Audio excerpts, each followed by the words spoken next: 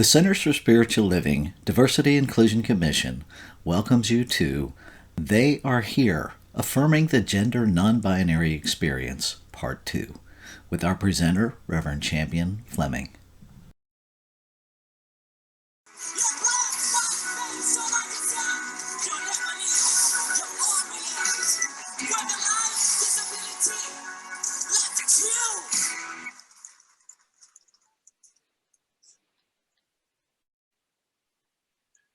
Stop killing my sisters, my brothers. If you want to change the world, change your mind. Left you outcast, bullied, or teased.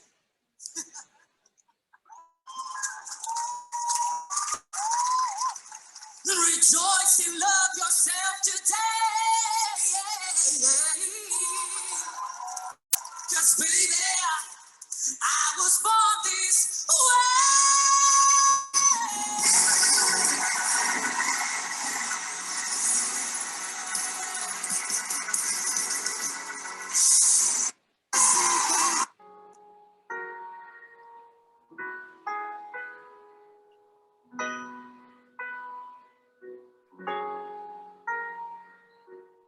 Quando era pequena, minha mãe falou que nascemos pra brilhar. Enquanto passava batom em mim, em frente ao espelho me vi. Não é errado se amar como é, porque Deus te fez perfeito assim. Saiba que longe você irá chegar, pra ver o que tenho pra falar. Sou bonita como sou, pois Deus não comete erros. Meu caminho tem luz, Deus me fez assim. Não esconda quem você é, e tudo irá se encaixar. Meu caminho tem luz, Deus me fez assim. Não tem como me mudar, sei onde é o meu lugar. Baby, eu não vou parar. Não tem como me mudar, sei onde é o meu lugar. Deus me fez assim para brilhar. Sem se conter, você é rei. Sem se conter, você é rei. Sem se conter, você é rei. Cuide de quem te apoia assim, quem te ama como és. Não seja inseguro no amor, seja jovem no coração. Ser diferente não é pecado, não. Acredite sempre em Deus. Amo minha vida e essa canção. Não precisamos ter fé. Não importa se é gay ou bi, lésbico ou transexual. Se você ama a Deus, Ele te ama também. Não importa a sua cor, latino ou oriental. Seu caminho é de luz, Deus te fez assim. Sou bonita como sou, pois Deus não comete erros. Meu caminho tem luz, Deus me fez assim. Não esconda quem você é, e tudo irá se encaixar. Meu caminho tem luz, Deus me fez assim. We still have a few more minutes. I'm going to play one more song for us as we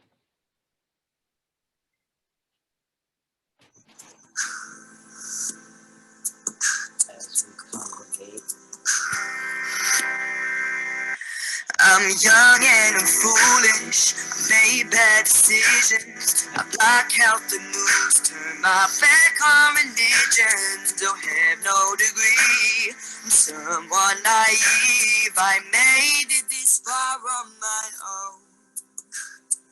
Maybe that stuff may be getting me higher. I lift up my head and the world is on fire. Dread in my heart, fear in my bones, and I just don't know what to say. Maybe I'll pray,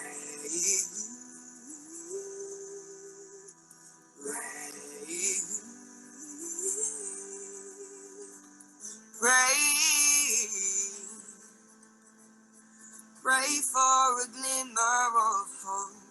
Maybe won't you call me? Can we have a one-on-one, please? Let's talk about freedom.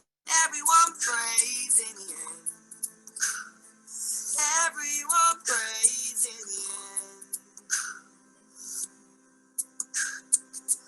Won't you call me? Can we have a one-on-one, please? Let's talk about freedom. Everyone prays in the end. Everyone prays in the end.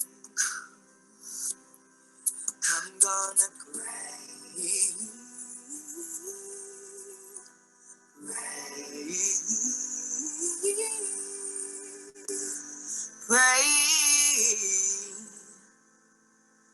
pray for a glimmer of hope. I'm gonna pray. Welcome, everyone. Let me get up close and personal. Hi, I'm Sheila Alexander Reed. I'm a member of the Diversity and Inclusion Commission and a member of CSL here in Washington, D.C. Welcome to the second night of They Are Here. In case you missed it, they is the pronoun some non-binary folks use to identify themselves. And you'll learn much more about that as we go. But first, let's center ourselves with a prayer to kick off this amazing part 2 event with Rosanna Martinez, a practitioner at East Bay Church of Religious Science and a member of the LGBTQ community. Rosanna? It looks like Rosanna hasn't logged on yet. Ah. As far as I can see. So, Rev Steph, would you be willing to pray us in? There you go. Let me redo my intro. Hi, everybody. Okay. I'm Sheila. We're going to kick off our amazing night. Kick it, Rev Steph. Beautiful.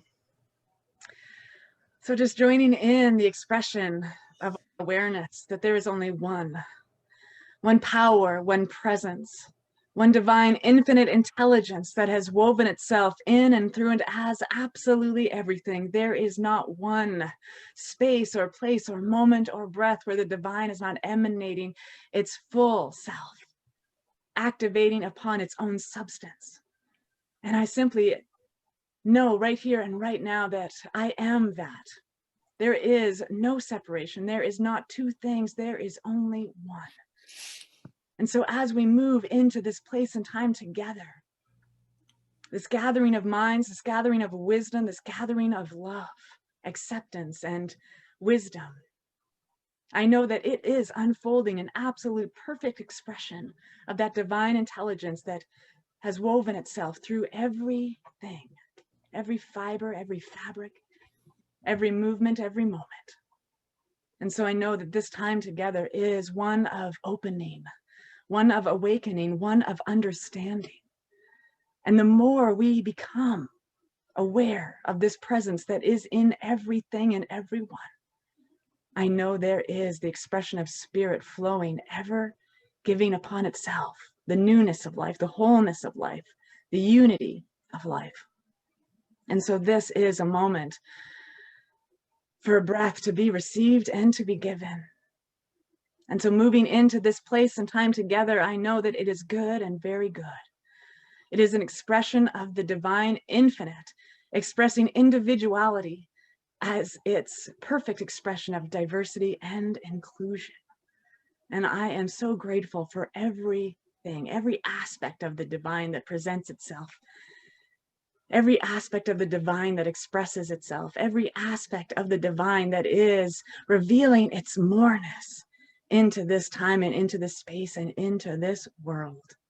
And so with gratitude in my heart and love in everything I am, I simply just let it be.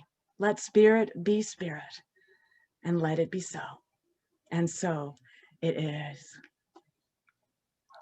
And so it is. Thank you, Ref Steph. Way to fill in and kick it off. Didn't miss a beat. So I'll start over. My name is Sheila Alexander Reed, and I am a member of the Diversity and Inclusion Commission and kind of serving as your host for the evening. As I said, this is part 2 of They Are Here. If you missed last night, I don't know what to say. It was amazing. Not because of the terms and definitions we covered, not because of the great PowerPoint slides, but really because of the engagement, the questions in the chat, the openness, and the curiosity. Sometimes you put stuff out there and you're not sure how it's going to land. And you have to just, put your faith over fear. And I think it was a courageous conversation.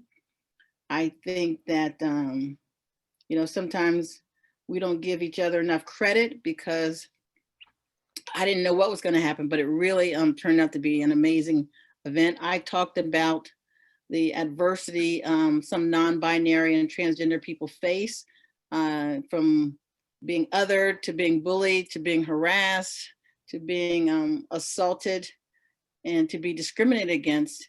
And I said, I don't care if you learn the definitions. I don't care if you remember the correct terms. What I want you to do is leave with a sense of compassion. And I can tell you that from the conversations in and out of the breakout rooms, I think that's exactly what happened. And so I personally am very grateful and full of gratitude to be here and to have been a part of last night. So just to sum it up, in my breakout room, we talked about the questions of what you heard and what's your reaction. And the reaction that we came up with, that there are 3 of us, we each kind of had the same reaction. The reaction was that even though we have subject matter experts in the room speaking, including myself, some consider to be a subject matter expert, we don't know everything. And this is still evolving. We're all a work in progress. And I think once you know that, then you give yourself permission to make mistakes. And you give other people space to make mistakes. And I think once we know that going into this, you don't have to be perfect. No one is, and no one's expecting you to be. I think that opens up the space and creates a safe space to talk even more about this subject matter. And as a quick sort of recap of what you may have missed last night, we're going to show you a quick video. Here it goes.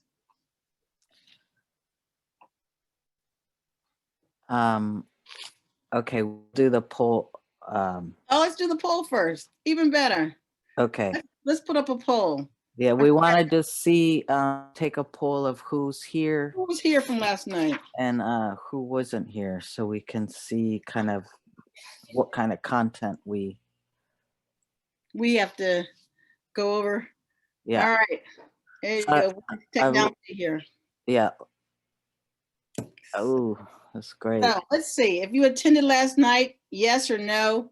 If you arrived after it started or if you left before it finished.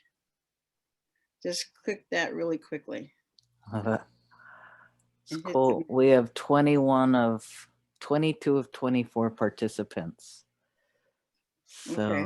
I'm going to go 23. So I'm the only one that hasn't voted. But I'm going to vote twice. No, I'm going to mail in my ballot. So you'll have to wait. Okay, so. We have to do a recount also. Yeah. And then you can see if I'll certify it. Okay, so 52% attended the session, 39% did not. 4% arrived after it started, and 9% left before it ended.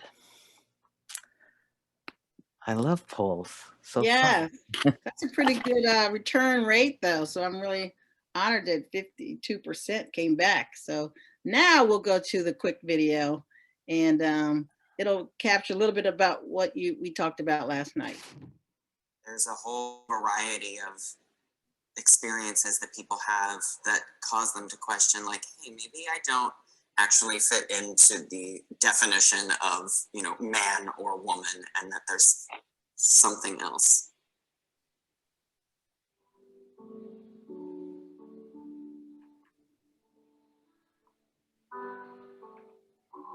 Hi, I'm Danny, and I identify as non-binary.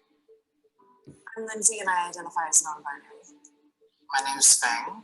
I identify as non-gendered person. I'm Francois. I identify as genderqueer.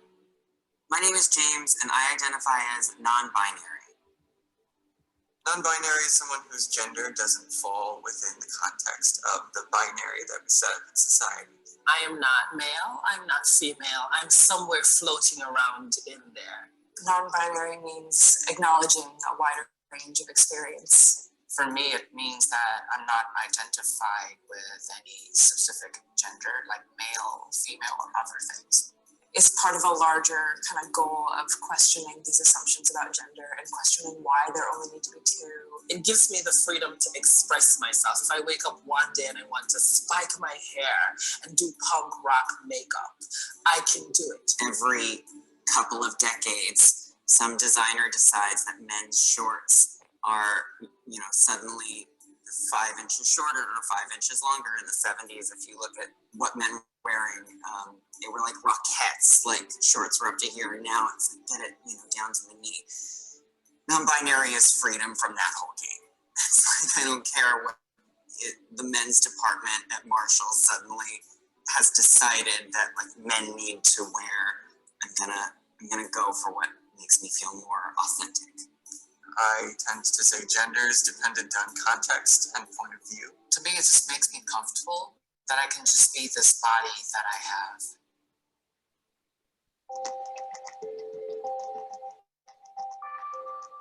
I identified as a cis gay male. Cisgender is when your gender identity aligns with the gender that you were assigned at birth based on your anatomy. I saw myself as a cis man. Just thought, well, I paint my nails and I wear lipstick, but I'm a cis man. And I knew what genderqueer was and non-binary. I knew of them. And I was like, I support it, I love it, but it's over there. That's not me. I identified as male before. I didn't really ever feel comfortable fitting into the masculine or male environment, or just seeing myself as a man. I've always had questions as a child. I always would put on my mother's makeup and her lipstick. I identified quite a while before I came out to people. I started identifying as non-binary when I was 17. I just knew that calling myself a woman and calling myself a girl did not feel accurate and did not feel good and did not feel like a home to me at that time in my life anymore. Most people are still very confused about trans identity, non-binary, gender fluid. If it's 2019, it's not something that everybody runs and like, oh, you're genderqueer, yay, hugs and kisses, we love you still. The hardest thing about coming out at 17 is no one believes you. Everyone is like, wow, that's a really cute phase you're having. Even when I'm saying what I identify with, people still have a specific imagination of what that means. Most people are going to assume that you're one of two genders, a man or a woman, and so every single day you have to be correcting them and you have to be declaring that you're non-binary to pretty much every new person that you meet. People often misgender me. The second I leave New York, I get called man, like, to my face. A lot of times people get pronouns right twice, and then I find it's often the third time that people start slipping. A lot of people think that we're transitioning for some reason. Some people say, oh, so are you going through transition right now? And some people ask me, so do you still have a vagina? Simplest way to ask about gender if you don't know someone is, hey friend, what are your pronouns? That's it. A lot of us are very different. Some people are like, don't misgender me. And it's a big thing. And I understand that, really, I do. Personally, I'm always very open and happy to talk to people about it. All right. Thank you for showing that. I love that video. It says a lot in that quick 5 minutes. And I was remiss when I started off. I did not go in and encourage everyone else to go in and click on your name and participant, if you don't mind. And if you haven't already, rename yourself with your pronouns. There's 3 buttons next to in your little box for your pictures, and you just click on rename. And please add pronouns if you haven't already. I'm going to add she, her, hers. And the other thing that was done yesterday is we put in the chat, if you know the indigenous land that you're occupying and its true name, we encourage you to identify that in the chat as well. I'll kick it off saying that I'm in the land of the Anacostans, and there is now a part of DC known as Anacostia. And funny enough, that's where it's primarily Black people live. But yes, so I'm in the land of the Anacostans, known to many as Washington, DC, but that is not its true name. So I'm going to put that in the chat, and I encourage you to put that in the chat as well. And that's going to take me to introduce the brains behind this operation. Champion Fleming. Champion is an organizational development consultant and leadership coach working with national nonprofits and labor unions who are committed to anti-racist strategies that lead to cultural and political change. Champion is a licensed minister as a CSL minister and was licensed on September 2nd. And Rev Steph, who's also here, was on their licensing panel. So you have 2 rock stars. And I'm going to turn it over to Rev Champion. Thank you. I have to say I'm doing a little admin while I'm running the meeting because folks are on the last night Zoom.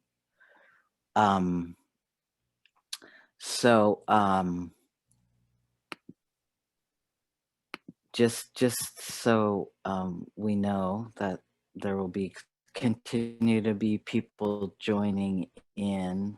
I had a number of texts from people. My name's Champion Fleming, yeah, and I last night told the story of sort of my coming out as non-binary, and I really have wanted to bring an understanding of gender expression to our community so that we can be truly inclusive. I know a couple years ago when I think the Methodists kicked out, there was a big severing in the Methodist denomination because they kicked out the LGBTQ community. And I know our community really rallied and put out signs of open and inclusive, open and inclusive.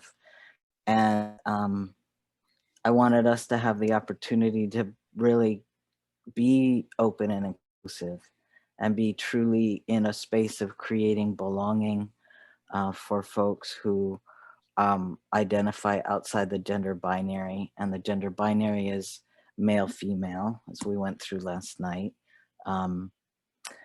And I was lucky enough for my panels to pop into we did them by Zoom this time. And I was lucky enough to pop into my Zoom panel and see the beautiful and amazing Rev Steph Amand, Saint Amand. So Rev Steph is an ordained minister with CSL.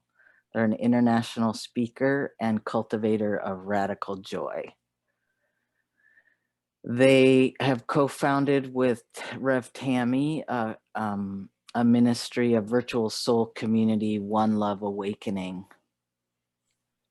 And they're bridging hearts and awakening minds and transforming lives around the world through activating wholeness and igniting radical self-acceptance. So that's so beautiful that we all get to awaken to our spiritual magnificence through this work. So tonight is really about conversations and questions. I know some of you were not here last night, and we'll try to roll out some of the content for you as questions come up so that you guys can catch up. But we wanted to just open with any questions from the video that was just shown. And that there's a whole series of videos that were put together by Tinder and to explain gender identity and then different sexuality. So if you're curious, you can go on Google. They explain pansexual and demisexual and bisexual and asexual and gender non-binary and gender queer and everything in between and beyond. So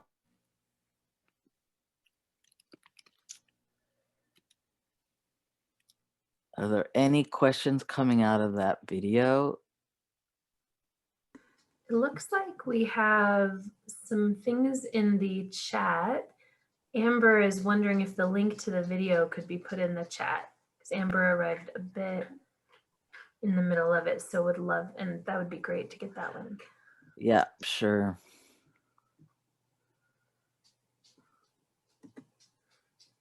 And for anybody who wants to use the raise hand function, I put it in the chat, but if you click on participants on the Zoom screen, and then you'll see a little raise hand option. So if you'd like to share, that's an easy way to let the presenters know.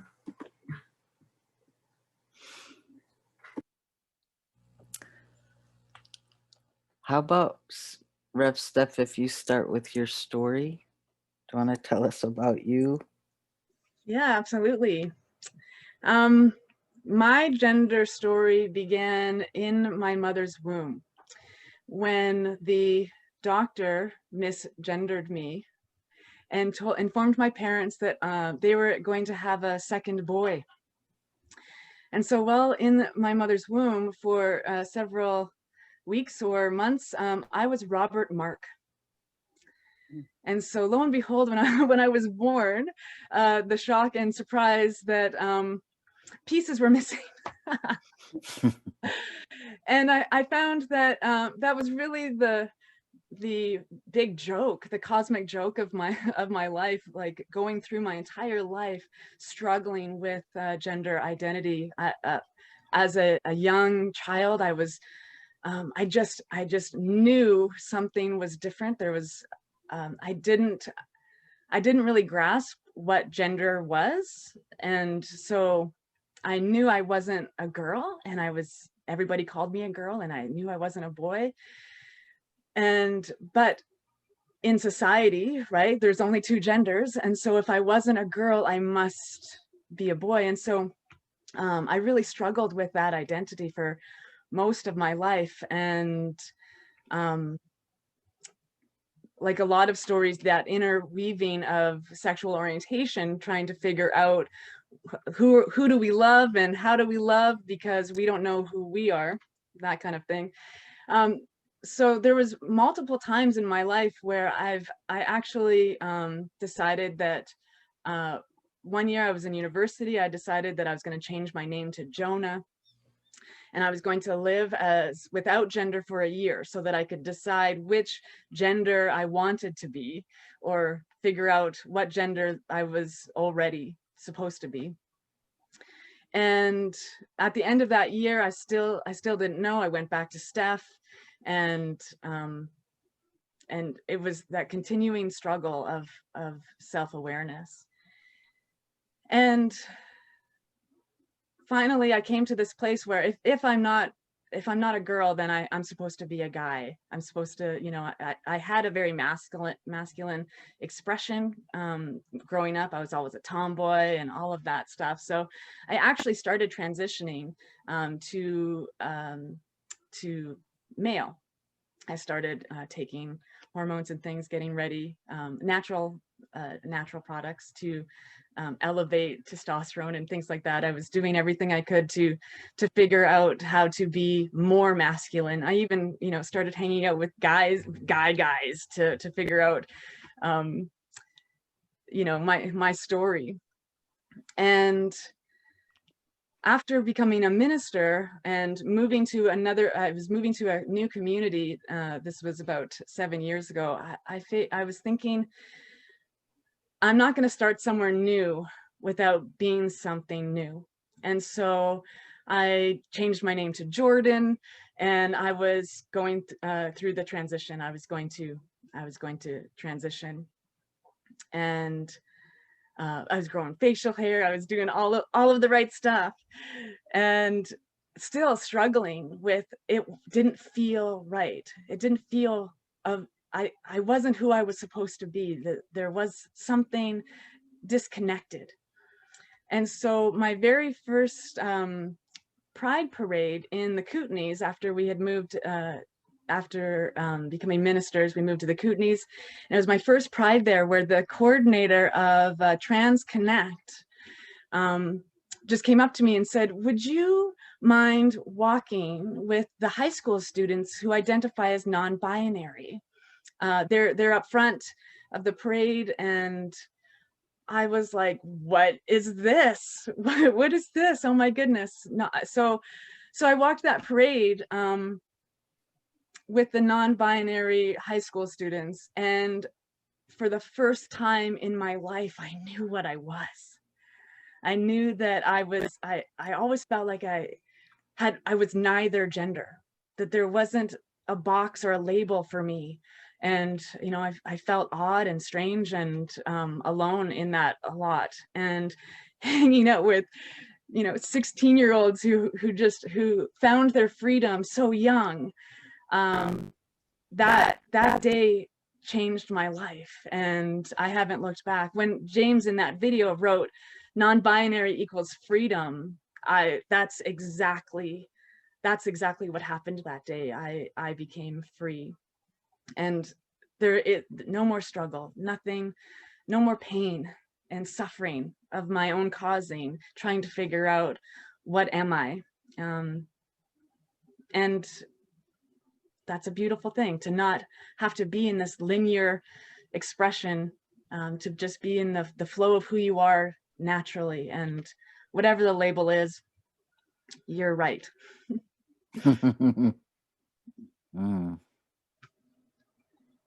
Yeah, that's beautiful. Thank you. It makes me think of how sometimes we don't know what we don't know. You know, there's so many things that we don't know about. See, I mean, and CSL seems so perfect for me for this, because we spend a lot of time in the unknown.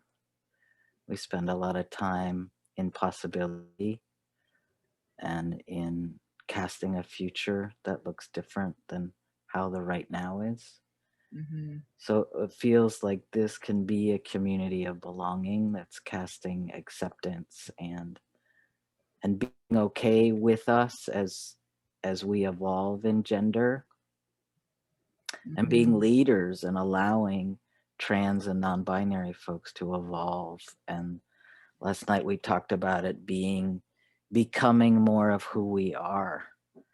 And I recently had, well, my journey also started really young, and it was last night I talked about climbing a tree in my backyard and sitting in the tree and thinking, I am not a girl. What am I going to do with these people? My parents. I'm not a girl. And it wasn't like, but I'm a boy. It was like just a cliff of I'm not a girl and in the evolution of it, there were different inflection points. And I remember one time my girlfriend at the time, many years ago, like probably 20, I kept saying, but you don't understand, I'm not a woman. And she would say, but you're just a masculine woman. And I would say, no, I can't even explain it to you. I'm not a woman. I'm not female. I'm like, it doesn't.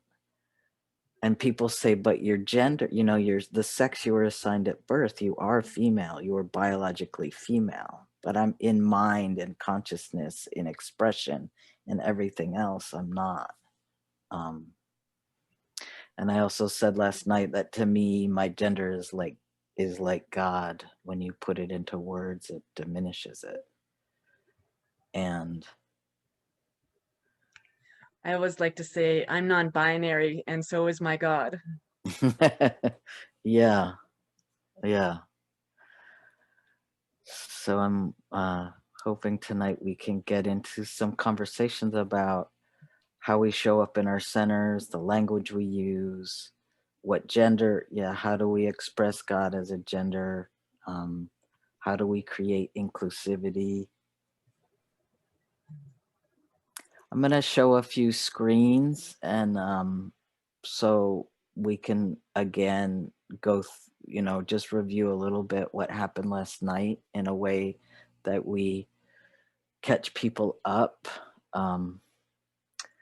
We talked last night about the fact if a non-binary or trans child or person really has one accepting adult in their life, they're 40% less likely to commit suicide.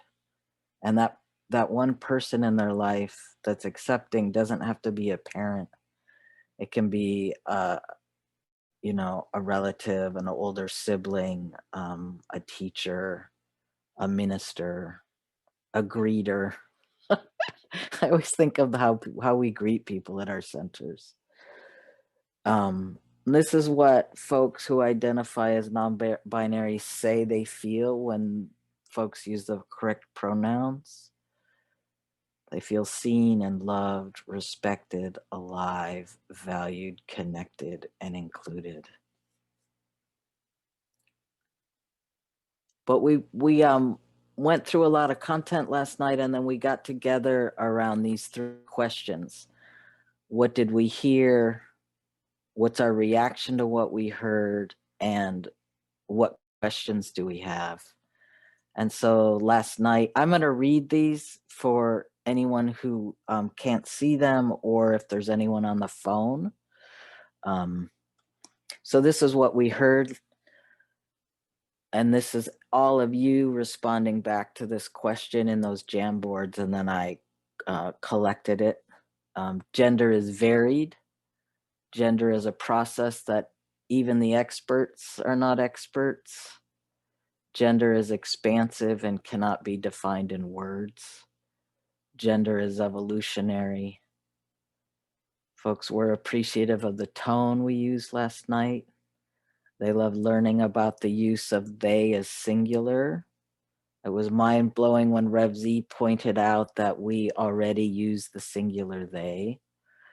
We presented lots of terms. Folks heard great personal stories. Folks loved hearing how the terms give language to people's truths. It was really nice to hear people's stories. Good information.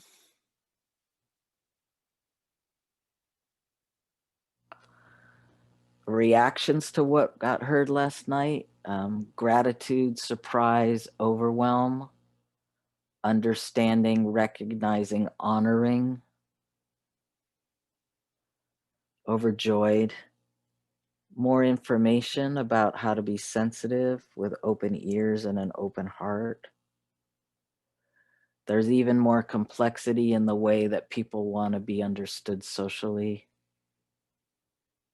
So wonderful to get the whole picture and all the acronyms of LGBTQIA. frustration in regards to pronouns, but want to be respectful. Saying your pronouns can come across as announcing that you're an ally, like it's coming across as performative, like I'm an ally because I have a gay friend. Thinking about intersectionality of race and gender expression, specifically Black and gay and lesbian. I think this is a nod to the extra oppression or double marginalization that folks, Black, Indigenous people of color who are gay experience. And a comment that it's difficult to get people to think of God as other than He.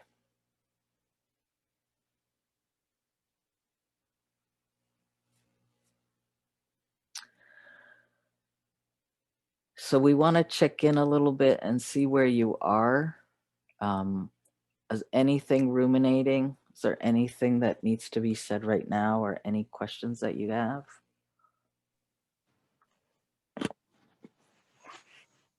I hear someone. I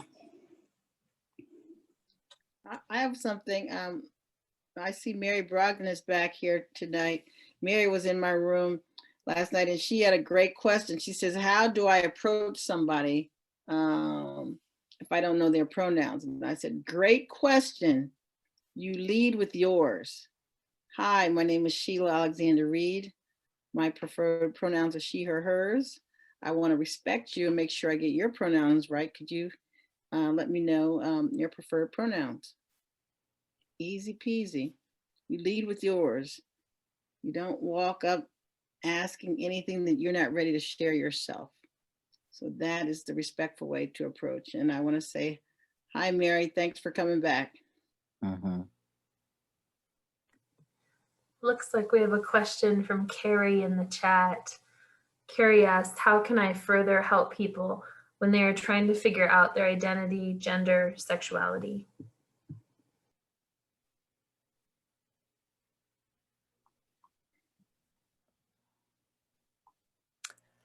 That's a good question. For me, I think I learned to listen from being listened to very well. And I learned to be supportive by being supported. So I think it's important to think about what's helpful to you when you're in a moment and you need support. Being a sounding board, listening,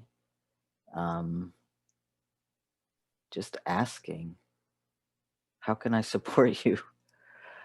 You know, and it depends where they are in their journey, you know.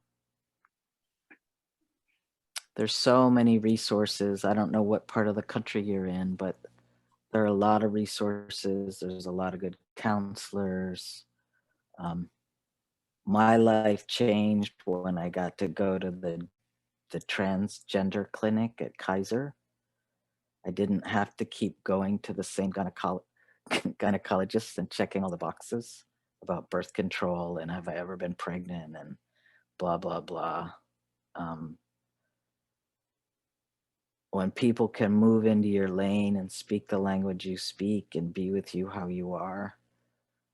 I recently had a biopsy come back and they told me I had cancer. And I said, no, I don't. And then I went in for a deeper biopsy, a deep tissue biopsy. And they met me with this big pink bag that said, women are powerful or something on it. And I was like, yeah, they are. Go pink bag and pink pen and pink chapstick and pink over the top pink, this whole bag of pink stuff for my biopsy. And I was like, that is so lovely, but I do not identify as a woman. And they were like, so their databases don't talk. So I've been going to the transgender clinic for 1.5 years. And then I go get a biopsy and nobody knows. There's no boxes to check and there's no relationship. So I think I'm most supported when people, if if someone uses the wrong pronoun for me and someone else corrects them instead of me correcting. If there's someone in the Kaiser system that could start pushing this forward so I don't have to, if we can really be allies to each other by taking things on that aren't, maybe aren't our top priority, but we know how that would make folks feel. I know when I applied to ministerial school, I asked for a different box. And there is not a box yet. So if anyone's applying for ministerial school, ask for a box.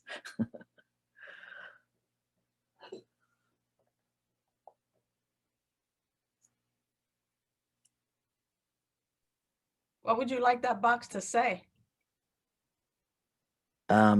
It shouldn't say other. Right, because that would be the natural. Something different, something else, beyond the binary. Yeah.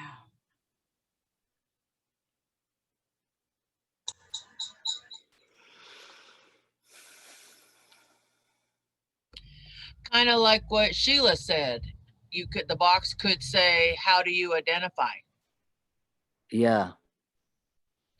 Yeah. Or a friend of mine was telling me they went to a new doctor and there were no boxes. It said gender and there was a blank line. Yeah.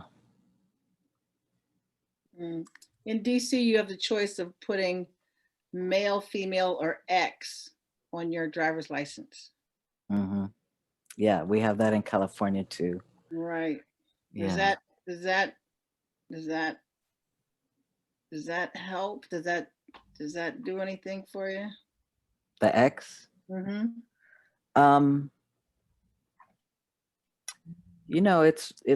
It's challenging. And I know we talked about this last night a little bit. Like when you're marginalized and you're being out and proud, whether it's your gender, your sexuality, your race, it takes a lot of extra energy and it takes a lot of courage and energy. And you don't know what you're going to get if you get pulled over and someone sees an X on your driver's license, or if you go to the airport and they see an X.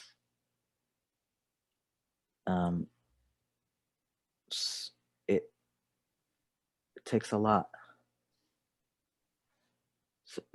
Reverend Sunshine, did you have a? Yeah, thank you. I mean, this conversation like last night is super rich. And one of the questions that came up last night in our breakout group, which is also just kind of something that we're talking about now, is the need to educate, or the feeling like I don't want to have to be the one to educate, and the fatigue that comes. And the question that arose in our discussion group last night was especially around the intersectionality of race and gender identity, and and sometimes feeling the need of having to choose between which one we educate people on, and just the fatigue that happens when because there's no hierarchy in oppression, right? Mm-hmm. It's not like race is a bigger oppression than gender identity, or than socioeconomic, or than any form of oppression, or forms of how I identify. But there is this sense of fatigue, even in what we might call an early stage of educating humanity about gender identity and the fluidity and the richness of it all. There's a lot of fatigue. Like, hey, I don't want to have to do that, or I'll just not say anything. Especially even amongst CSL. I was at a meeting today and someone said, oh, I love being in a group of brilliant women. And I'm sure this is like a great compliment. And yet it's kind of like, are we really sure that everyone there identifies as a woman? And so it's it's like when to say something, when not to say something, is there fatigue, and just to acknowledge that and to really bring that out, especially around the intersectionality of like race and gender identity as well. Yeah, thank you. And I hope it's discussions like this that bring us together across race, across gender, into ways of being with each other, that we just show so much humility. Like, I don't know what it's like to walk in your shoes, and I want to support you. That's been my experience last night and tonight. Is and I want I you know I just feel in my heart right now that I want to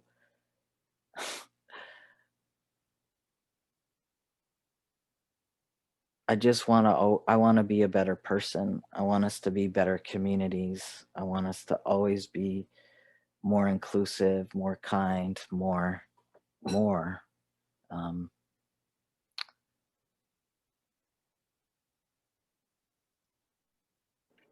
So it I'm. re- Oh, no, is that Michelle? Is that Queen Michelle Jordan? yes, ma'am. I Hello. mean, yes, Yes, mix. That's a Mick. that's Thank, a good one. and that's the reason why I'm chiming in, because I'm wondering, for me, when I heard that X was available, that triggered that was the only way that during slavery times that people that look like me, those in black bodies, could sign for anything, because we weren't Mm, allowed to learn how to read. So that triggered.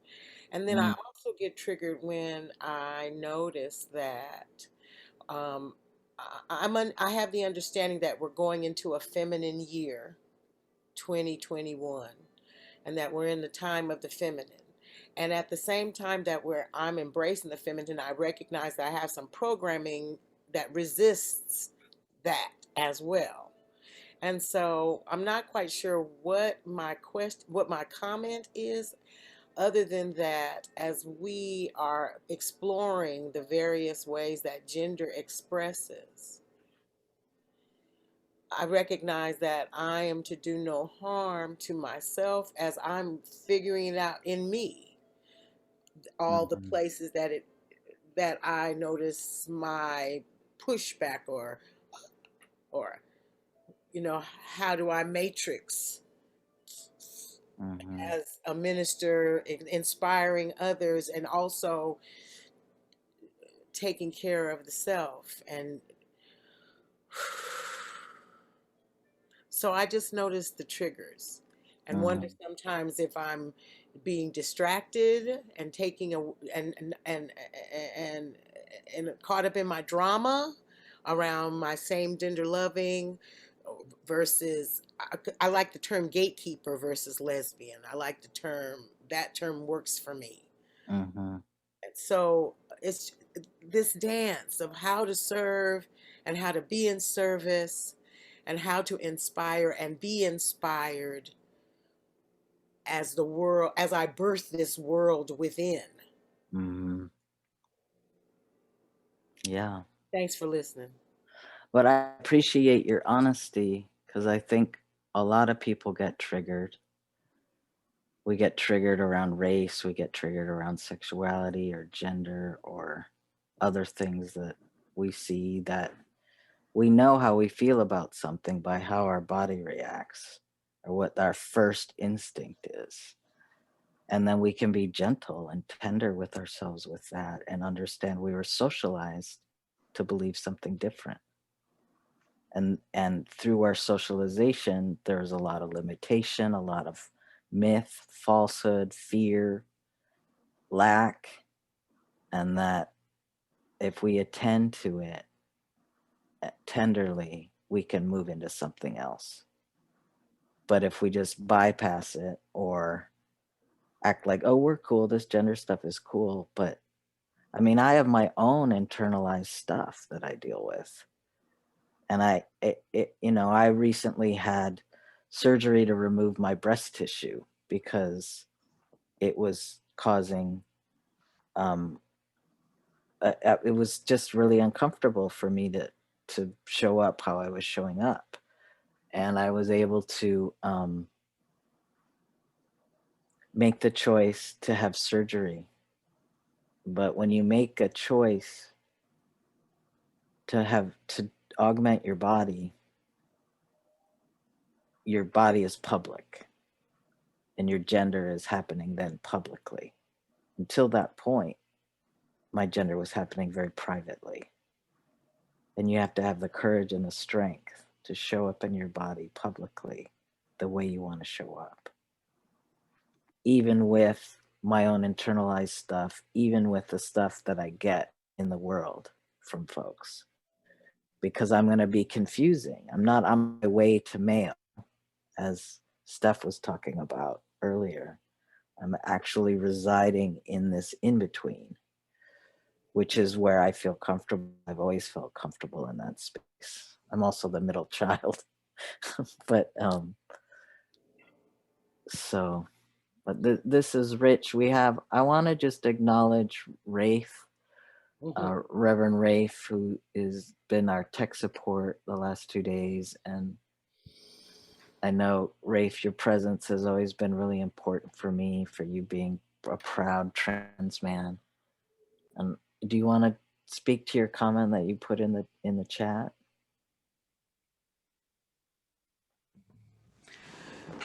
Just my own personal experience, I had no idea how much courage it was actually going to take to live as a trans man. Because I had that moment that Reverend Steph mentioned where it was like, oh, this is available. And it was like the heavens opened and the angels sang, and I just ran through the door to making my body match what had been inside of it for 43 years without any forethought about how that was going to change my experience on planet Earth. And so, as a transgender man with 2 artificial knees, every time I travel, I have to go through the x ray machine. And that is always met with comments and looks because my anatomy doesn't match what they expect to see on that x ray machine. And, you know, there are so many incidences on record where EMTs and medical personnel have showed up to emergencies with transgender people. And instead of getting medical care, they become something to laugh at and show off. And so, you know, I move through the world with a different level of safety that how will I be cared for, or will I be cared for if I have a medical crisis? And the worst case scenario as a social activist is the possibility of arrest, because that never goes well for a transgender person. Jails are unequipped for how to search us or where to house us. And it is particularly dangerous for our transgender sisters of Black skin. I mean, it literally is life threatening for them. So we have a lot of work to do. Thank you. Yeah. So what if you know, it takes a lot of courage to move into the body you want. I mean, I had to decide if I was gonna, you know, what locker room do I go in now? And I'm a swimmer and I love swimming. There's some amazing pools in Oakland, and I had to decide that I'll change at home, shower at home, change at home, shower at home. So we have a question from Ginny Stone. Ginny, do you still have a question? Yes, I do. Thank you. I so badly have, and I am learning about the changes of the world. And I don't even want to just say a couple of words, but I think the easiest thing for me to say is with all the different pronouns. And I had an incident, and it was Reverend Sunshine brought out the word fatigue, and I believe Reverend Jordan did also. And that's where I had a negative experience from another practitioner, and I have tried to understand this for 2 years now, and it was about, I paid a compliment to my classmate, and to this date I'm not even sure what the pronouns are, and all I know is that I was ripped apart and chastised, that how dare I say a certain word, which was I was saying, God, you look so beautiful tonight. We were going somewhere. And she said, you know, she came off on me, and I said, I'm sorry, I don't know then what I should say. And she says, well, you think about it. And the whole conversation was very, very harsh. And then my two other classmates, one being a gay man and one other one, he's transgender, and they jumped all over her. And I will say, he, him. And because I said, then educate me. I have no clue how to behave around you now. And I was so kind of taken aback. Here we were going down this spiritual road together, and I love him so much, because I had to practice forgiveness and just try to understand it vicariously through other people, because we couldn't go down that road together, to try to educate me. And so I'm appreciative of our gathering right now and last night. And I was with Reverend Rafe last Friday, because I don't even know how to behave. I will be respectful, I will be kind, but it's been made more clear to me in my spiritual growth that my expectations sometimes can be unrealistic.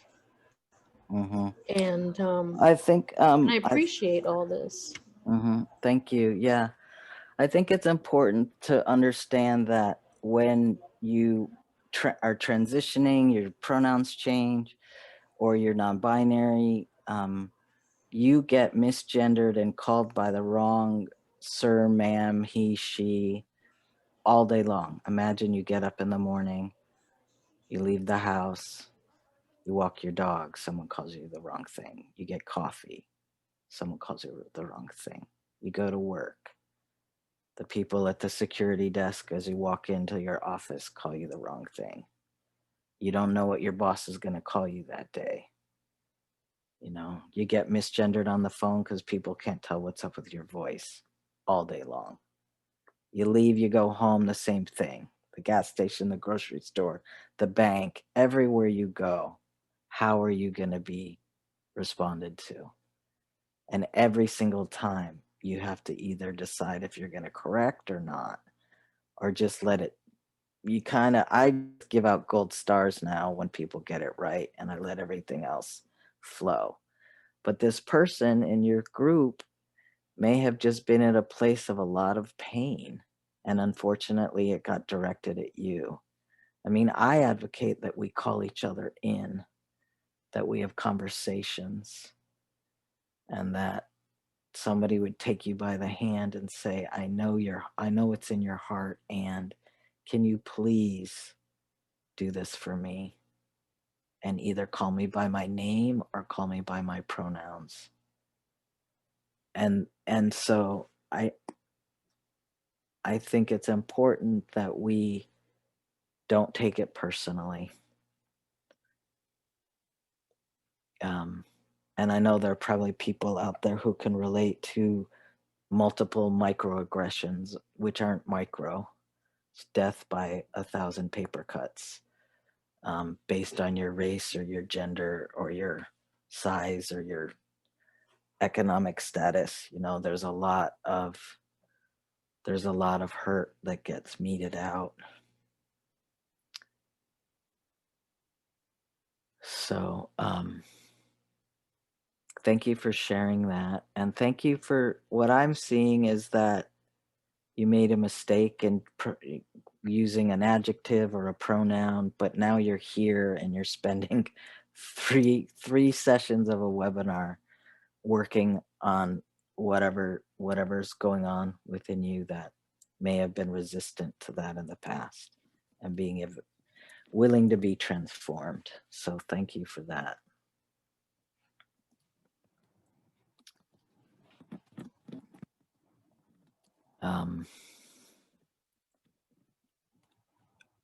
Steph, did you want to say anything to that? What comes up for me is that sense of belonging, and probably not really exactly what you're talking about, Jeannie, but you know, coming into a spiritual center, and in my experience, you know, we honor all paths and we're welcoming, but not everyone is on that same page. When I first decided to transition, I told two people. One of them was a fellow student in ministerial studies, and I told two people that I was going to transition, thinking that those two people were going to be my testing the waters of reaction. And both of them told me almost verbatim the same thing. It wasn't at the same time. They said, God doesn't make mistakes.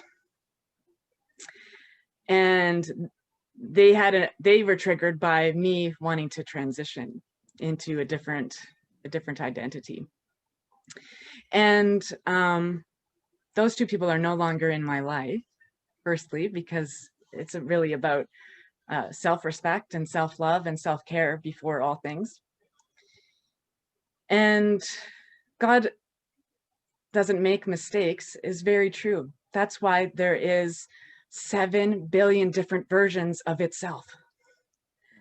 And we get to show up as the divine individuality that is calling each and every one of us. Some of us, it's a gender journey, and some of us, it's working through multiple abusive relationships till you get it. There is the stuff that is in spirit that looks sticky and hard, and it's all from the same substance. That there are no mistakes. We are all already one. And so that sense of belonging, you know, that one person who says, gives us the time of day, like you said, if it's just one person, it can make a world of difference. Mm-hmm. Thank you.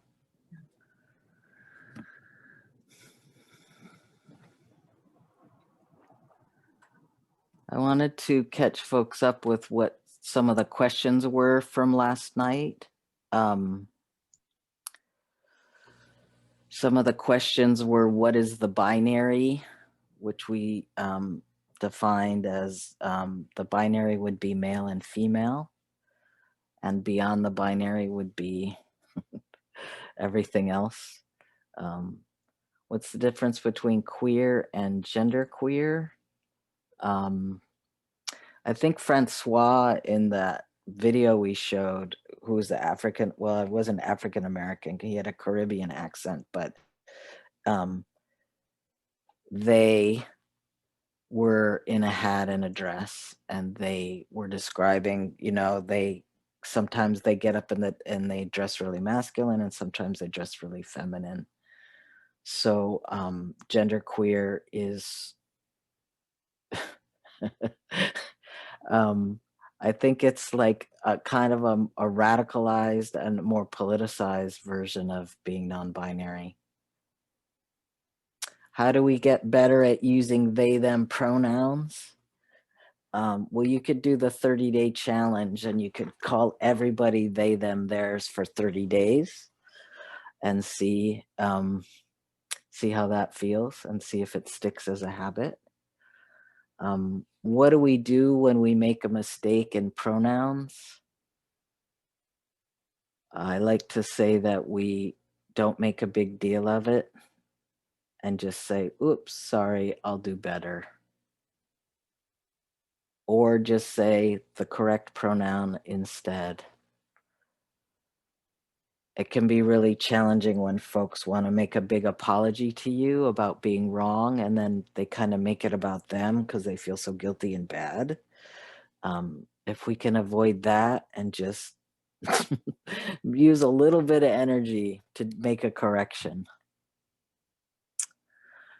And then these last questions I thought were bigger questions that we could either discuss in this larger group, or if folks want to go into breakout rooms, we're gonna do a poll on whether or not we go into breakout rooms.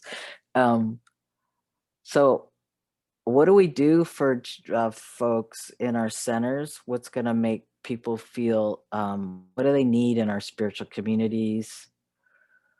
How do we expand our understanding of the divine in our language? And how do we create a way forward that promotes belonging for people who are transgender and non-binary? And that's all of that is sort of like in our centers.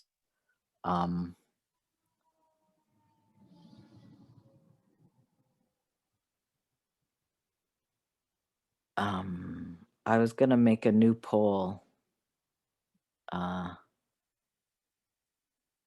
maybe why don't, it's not acting well, it's acting up. Why don't we have You people? want to just shoot me the questions and I'll do the poll for you? Sure. Do folks want to get into breakout groups to have a discussion about what we can do in our centers, or do folks want to stay in the larger group? Okay, I'll take care of that. Thank you.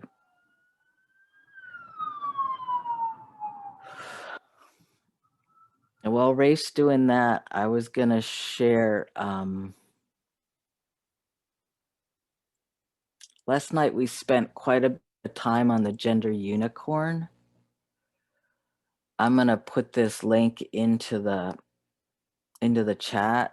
This is a really great resource. It helps break down the difference between gender, sex, and sexual orientation or sexuality.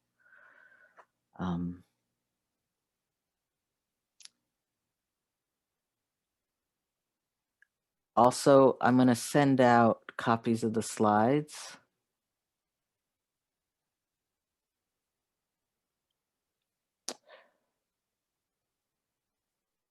How's the poll going?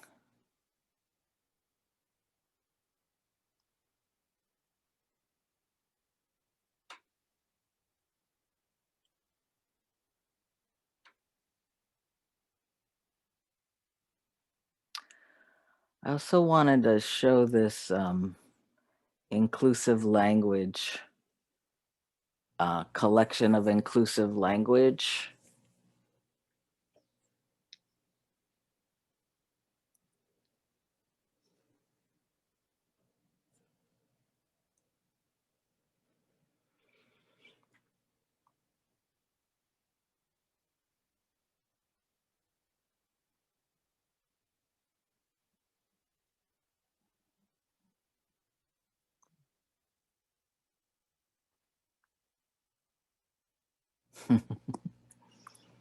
I love polls.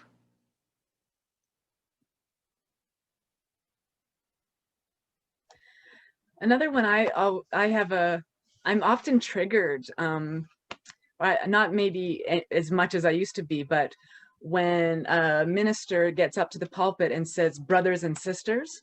I feel completely out. So just inviting anyone to change it to cousins or all my relations. Mm-hmm. Mm-hmm. Yeah, Rev Z is very into theydies and gentle thems. Welcome, ladies and gentle thems. So these poll results are the exit poll is accurate. We're going to stay in the larger group. I'd love to address questions around what gender is God. What do we do? What do we do in our communities to build more belonging?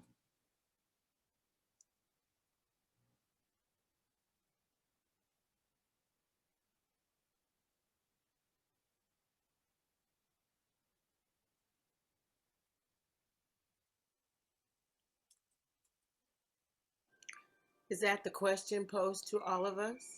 Yeah. Well, say it again. How do we build more belonging in our centers for non-binary and trans folks?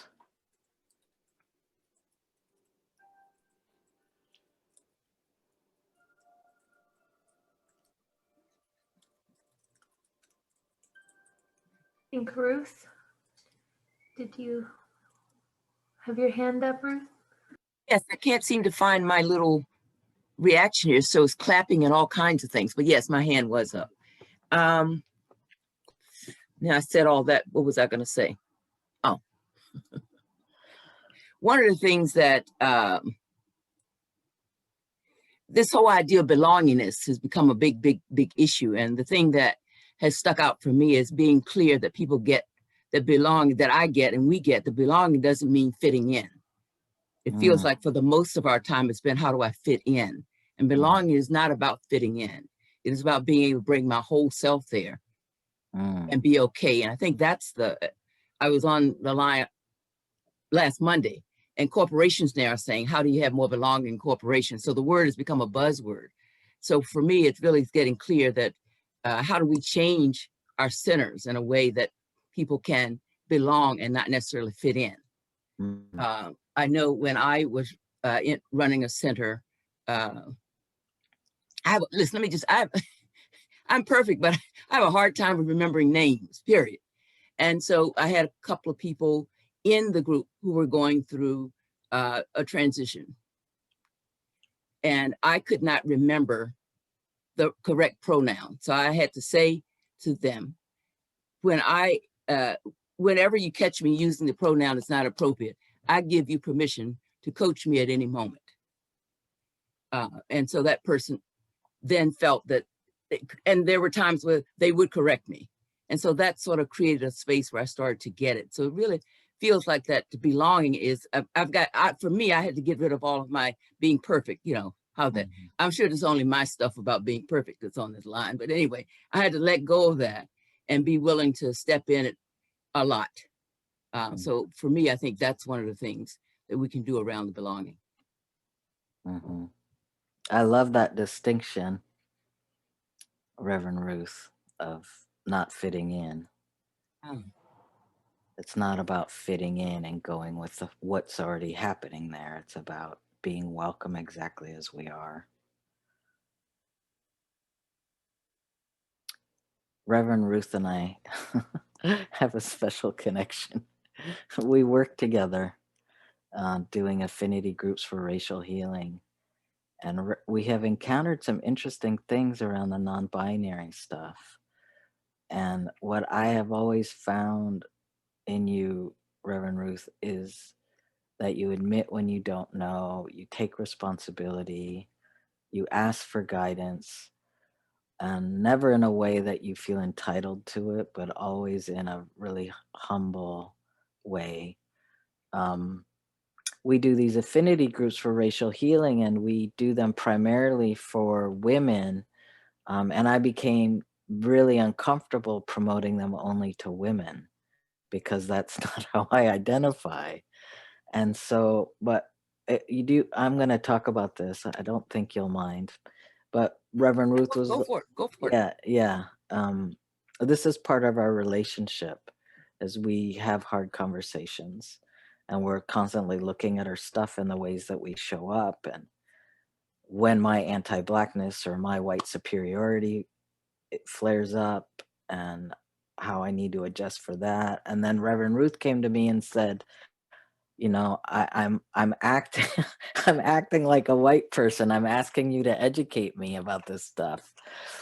And I said, but I want to educate you because of how you always show up and the way you've always supported me. And so she was uncomfortable promoting to non-binary folks. And so we waited and then we went forward to actually do the promotion.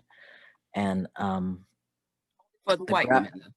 yeah, for the white women and the white AFABs. So we're working with non-binary and folks and women, primarily AFAB, assigned female at birth folks, and the graphic designer was really uncomfortable with the term and actually declined to push the send button on one of our marketing emails because it contained the words non-binary.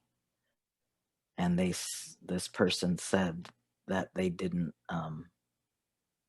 agree with my lifestyle and that they wouldn't send it out. They wouldn't send the marketing email out. So that's painful. That's a painful experience.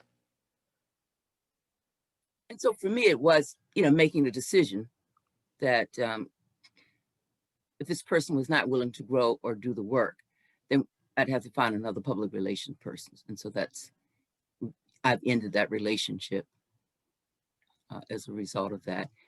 And at the same time doing this work, because I think that if I can't get in touch with what it is in me that doesn't allow me to put non-binary people on the flyer for African Americans, then I am not serving the community well. And so my goal is, how can I get be more open, get more clarity around the issues that I am not confronting in order to be able to be of service to the whole African American community. So it's an ongoing challenge is what I can say. It's a growth opportunity. And I live in Virginia Beach, so I probably was not surprised that somebody would not do the brochure, because I've had someone not do the brochure because we had LGBTQ on the flyer, and the person said, I can't do that. It's against my religion. So I keep having to forget where I am. I am in Virginia Beach, not close to Northern Virginia part. So I've appreciated my connection with Champion and their willingness to listen and be open to what sometimes seems like, inane questions. Yeah. So thank you. Thank you. I really believe we transform through the power of our relationships and our capacity to show the truth of where our growing edge is. That thing that Reverend Howard Thurman says, lean well into your growing edge.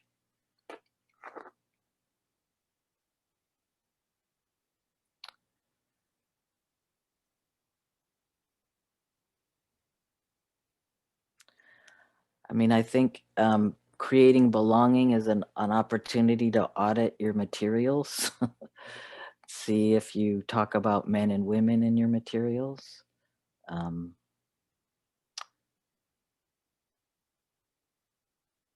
How do you pray from the pulpit?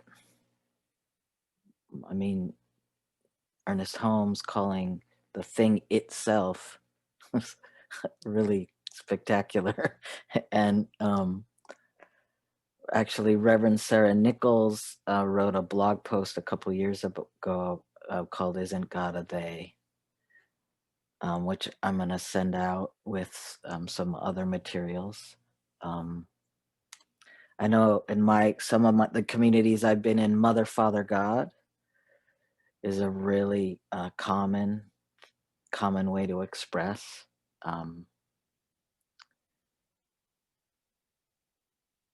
For me, it's challenging for me to hear Mother, Father, God. I don't speak for all folks who are non-binary, but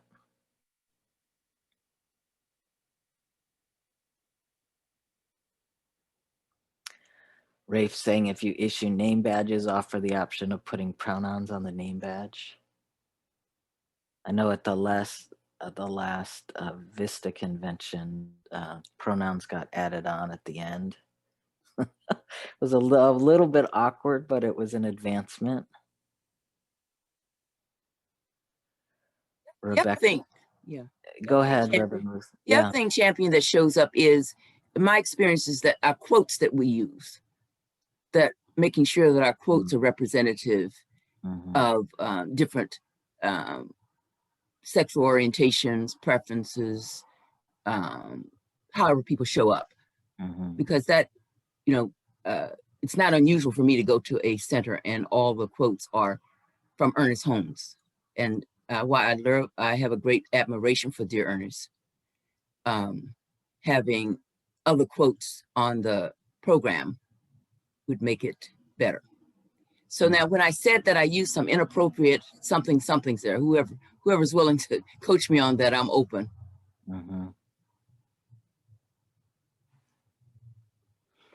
There's some good ideas coming through the chat.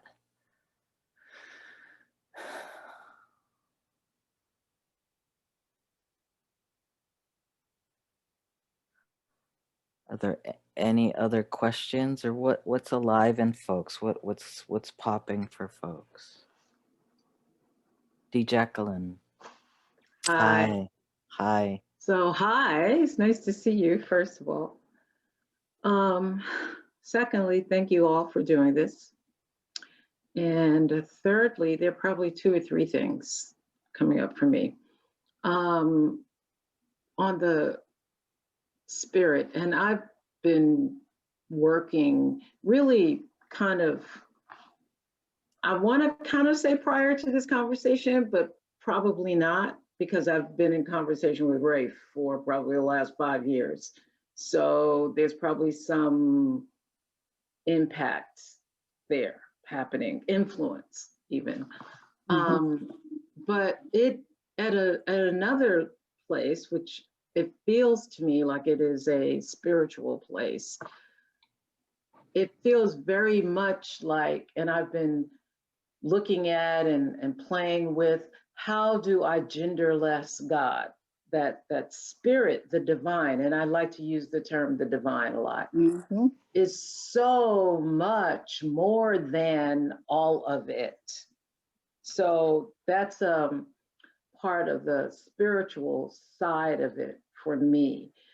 The other piece is, and I kind of put a little something related to this in the chat, is that we are invited to, we are in an era of recreation. And so in some ways, it's kind of a juicy time. This is perfect time while we're erasing all the lies and anchoring ourselves in what was true and what is true, and moving forward into a new way of being with each other, that this is a perfect time to examine this languaging piece. And that there are some ways in which we need a new lexicon, but we have to create it. That so that list of terms that you had up earlier, and I can, I can hear Z, right, with those, and I'm not going to try to repeat them. I did take a picture though, so that we take that table, for example, like I will take that and use it. It's a juicy and a perfect time. So the 2 points or comments that I'm wanting to make is the first being maybe 3 points. One, that we are in a period of co-creating a new way of being in the world, all the way around. Secondly, with regard to spirit and gender, I feel like spirit is genderless, in the same way that we say God is all that I am, or spirit is, see, there I go, the habit of the mouth. We have to stand guard. And I think that's Howard Thurman talks about that as well, standing guard on my tongue. So the divine is all there is. I am all that the divine is, but the divine is not all, excuse me, the divine is all that I am, but I am not all that it is. So I think that divinity is so much bigger than gender, period. And then the third thing is just that we really have to consciously create new language, and this is the perfect time to do it, as we are bringing truth from every place on everything. So that's it. Thank you. The great thing about running these webinars is that people come on and give sermons, and I have to do less work. So thank you, Rev D, Jacqueline Edwards. Appreciate you. Appreciate you. Yeah. Miss you too. Yeah. By the way. Yes. Well, it's that time of the night where we play some music and do a gratitude waterfall. Are we cool, Sheila, if I move into that? Yeah. And I know that this is an ongoing conversation that we've really hopefully connected you with some great information and each other and us. I'm willing to have conversations. I'm willing to do more of this stuff with all of you. I'm just checking out the chat. There is a recording from last night. There's also copies of the slides from last night. And but what we want to get us out of here on time. We have about 3 minutes. I want to thank the Diversity Inclusion Commission again, Reverend Michelle Senegal, and Reverend Rafe Ellis, Rebecca Haroka, Reverend Sharon Mitchell, Lynn Daniels, and Sheila Alexander Reed.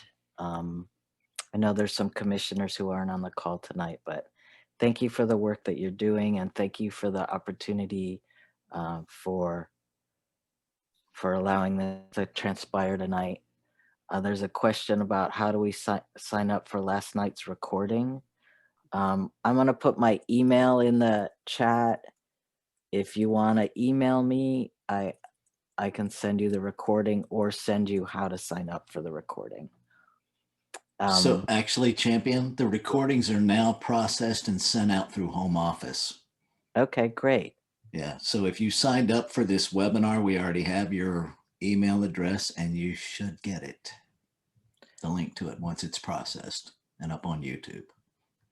Is it possible though that if you signed up for tonight but not last night that you wouldn't get last night? I will send them together. Okay, in one great. email. When we do the first night and the second night, I process them and they come out in the same email from home office. So you have part 1 and part 2. Okay, thanks, Rafe. So what I'd like to do is have everybody bring into mind something that you're grateful for, and then we're gonna put it in the chat, but then when I say go, hit enter so that it pours down like a gratitude rain. Okay? Wait, before we do that, can everybody give Champion a round of applause for this amazing 2-day event? There you go. Thank you. There's your gratitude. Okay. Thank you. Now to the waterfall. Okay. I want to play a little music. This is the theme song. And everyone get your gratitude ready. I'm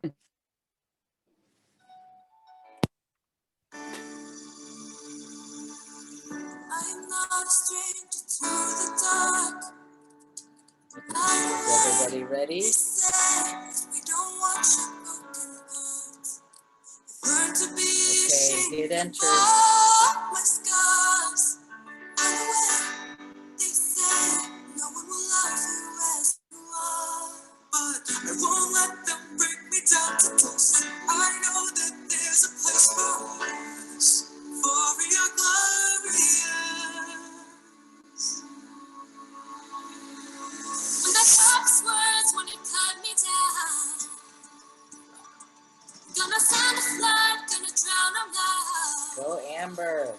I am brave, I am bruised, I am who I'm meant to be. This is me.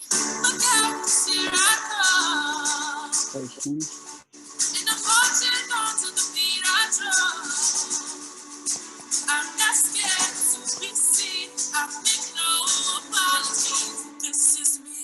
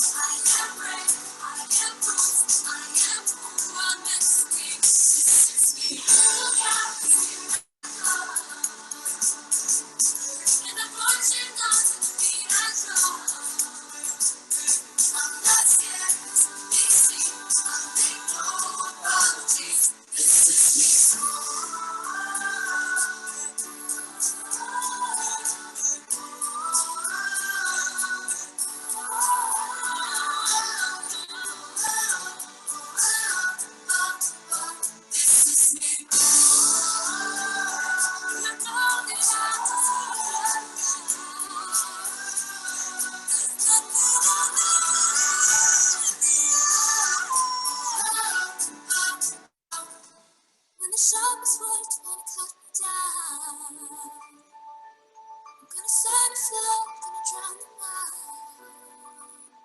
This is brave, this is bruised, this is who I'm meant to be. This is me. Here I come, here I